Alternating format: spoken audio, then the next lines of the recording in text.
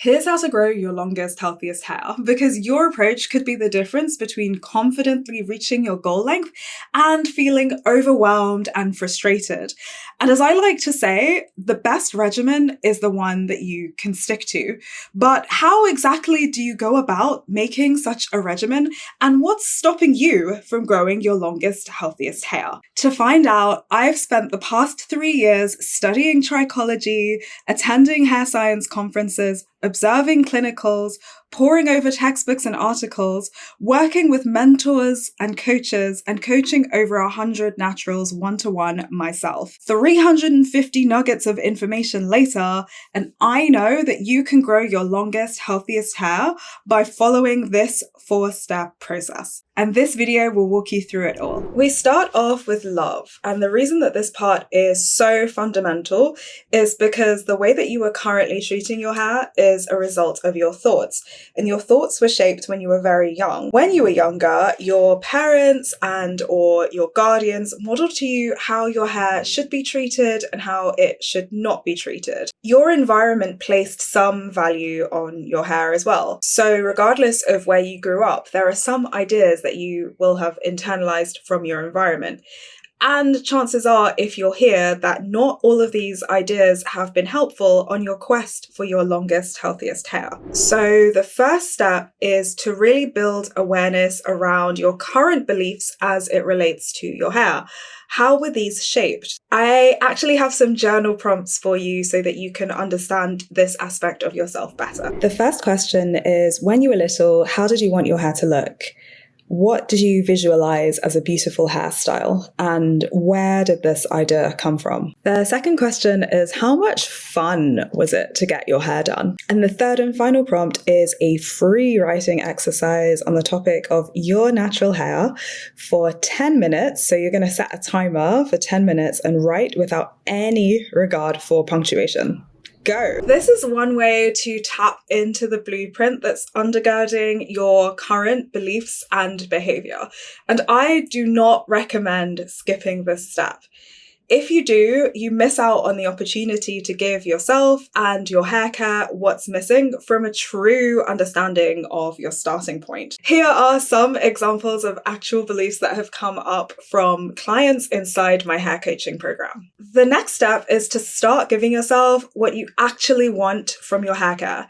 Do you want it to feel light or easy, flowy, meditative, cleansing, or even social? Then center everything around this. As you do this, truly step into the energy that you want to have around your hair care and do not settle for anything less. For me, my wash days are the ultimate reset. They're my opportunity to cleanse away anything that's no longer serving me and to start afresh and renewed. They remind me of the temporary nature of all worries and concerns and put me back in the driver's seat of my life. This may come as a surprise to you, but you can use phases in your regimen to process dormant emotions, release heaviness from work, home life, your love life, take inventory of all that's going well in your life, and so much more. This is the beauty of hair in general and our textured hair specifically. It's two things. It's an external representation of our internal health, and it's a mirror into your self-care and shows you whether you've been tending to yourself and reminds you to slow down and smell the flowers.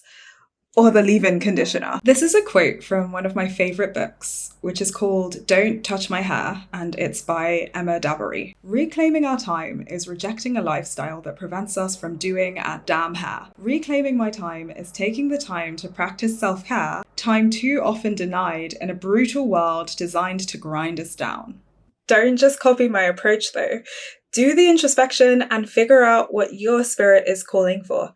Yes, we're a bit woo over here now, deal with it. Having awareness of all of this can help you move forward intentionally. Why is all of this important? Because the first 7 years of your life were spent in a state akin to hypnosis, where you were absorbing all sorts of messages from the world around you and making these messages mean something about you. And without interrogation or proactivity, this is likely the very messaging that you are are living off of now that is giving you the results that you are currently getting. And if you want to move into a space of intentionality, then uncovering what is informing your current behaviors and actions is the first step, because those are the ideas that have been informing who you are today. And this is how some of these incredible women felt after we went through this process together inside Longer Lengths. And then we move on to observe.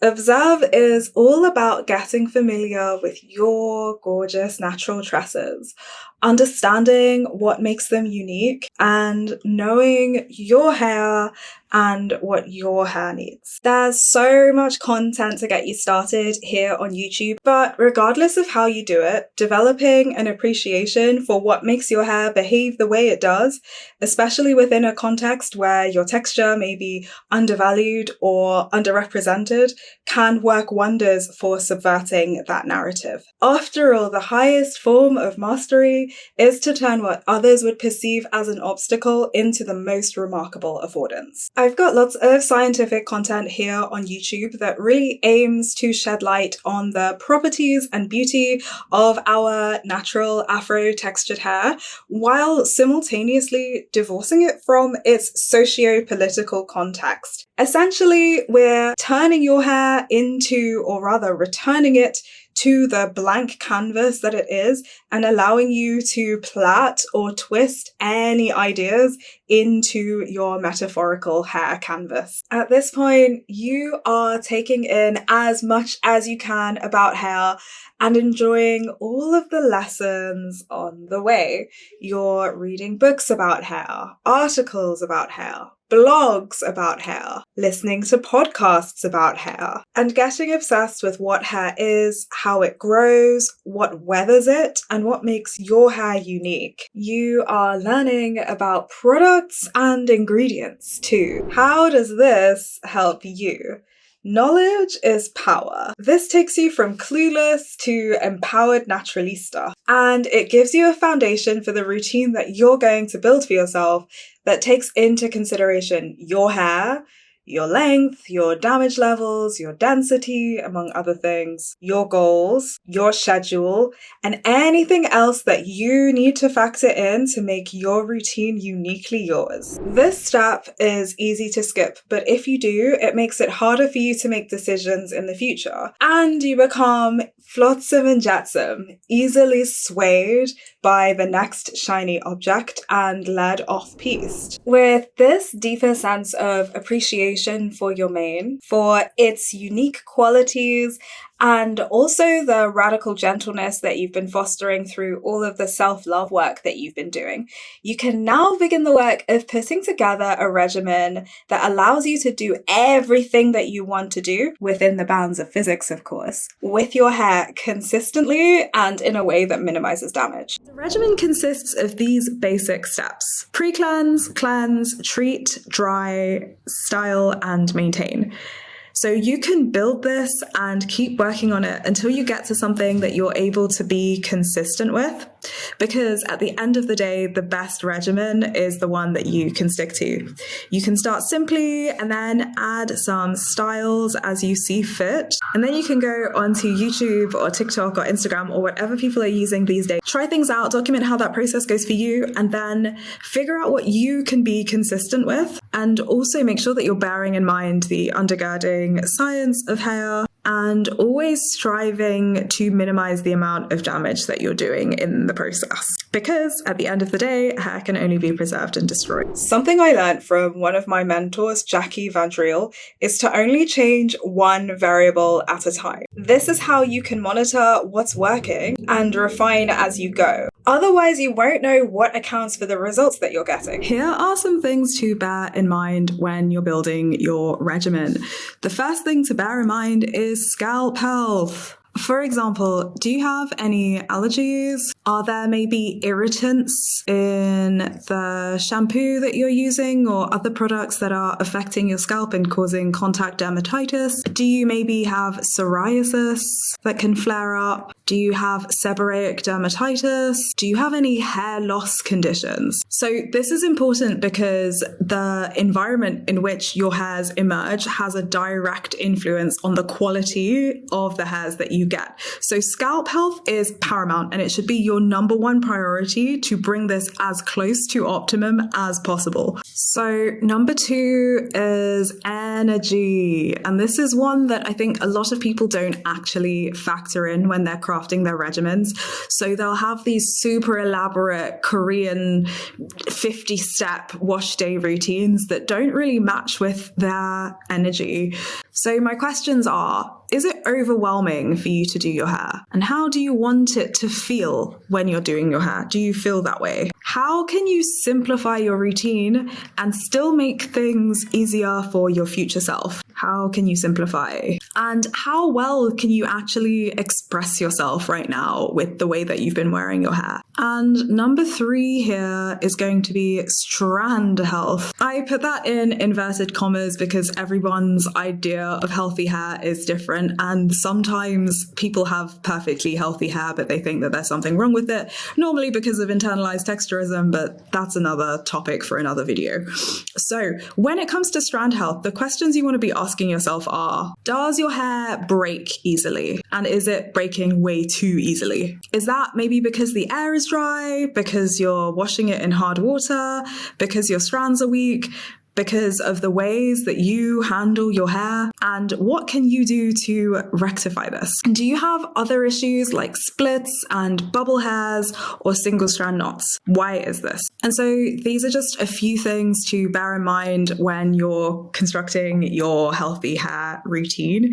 And these are the things that are going to make it entirely yours. If you skip factoring in your own needs, you risk intensifying a scalp issue with irritants, allergens, or inappropriate cleansing, overwhelming yourself with practices that don't work for your texture, density, or lifestyle, and looking outwards for tools and advice when you're the person who knows the most about your hair. This part is important. You actually need to curate a regimen and stick to it. In this era of information overload, it's so easy to get into the trap of learning loads and not being consistent because of shiny object syndrome. And with all of your beautiful consistency in the hair department, we cannot neglect the internal. In this 4th and final phase, you optimize for the quality of hair that you're producing in the first place. Your hair is not a vital organ, and so if your body is not being cared for, it won't produce beautiful, healthy, strong hair. The truth is that we're all starting from different places.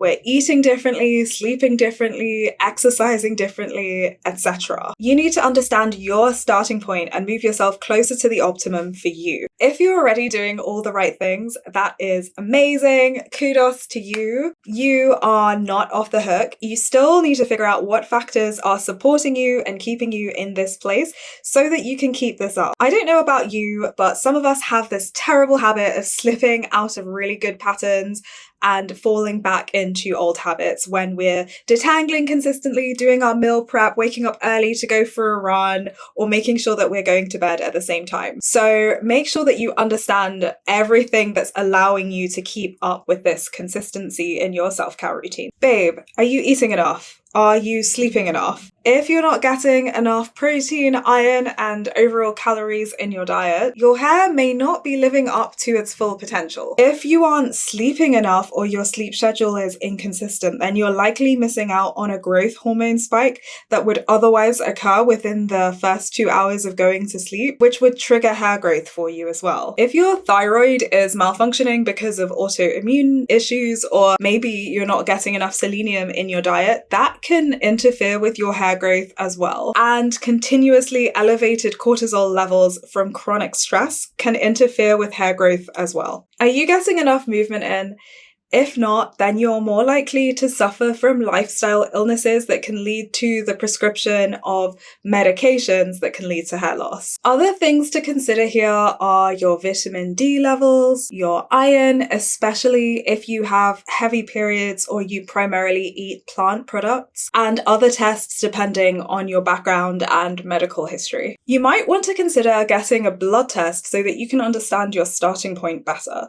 Unfortunately, depending on where you live, you may be told that everything is fine because your results lie within the normal range. This is based on averages. And unfortunately, as far as vitamin D is concerned, the range that's established is based on not having a level so low that you develop rickets. But there are other forms of dysfunction, for example, with your hair growth, with your mood, and with your immunity, that can occur long before your levels are low enough for you to develop rickets. So this is something for you to bear in mind if you do go and get a blood test. If this resonated with you and you actually want support self-actualizing through your relationship with your natural hair, then check out the link in the description box so that you can apply for my exclusive longer lengths program.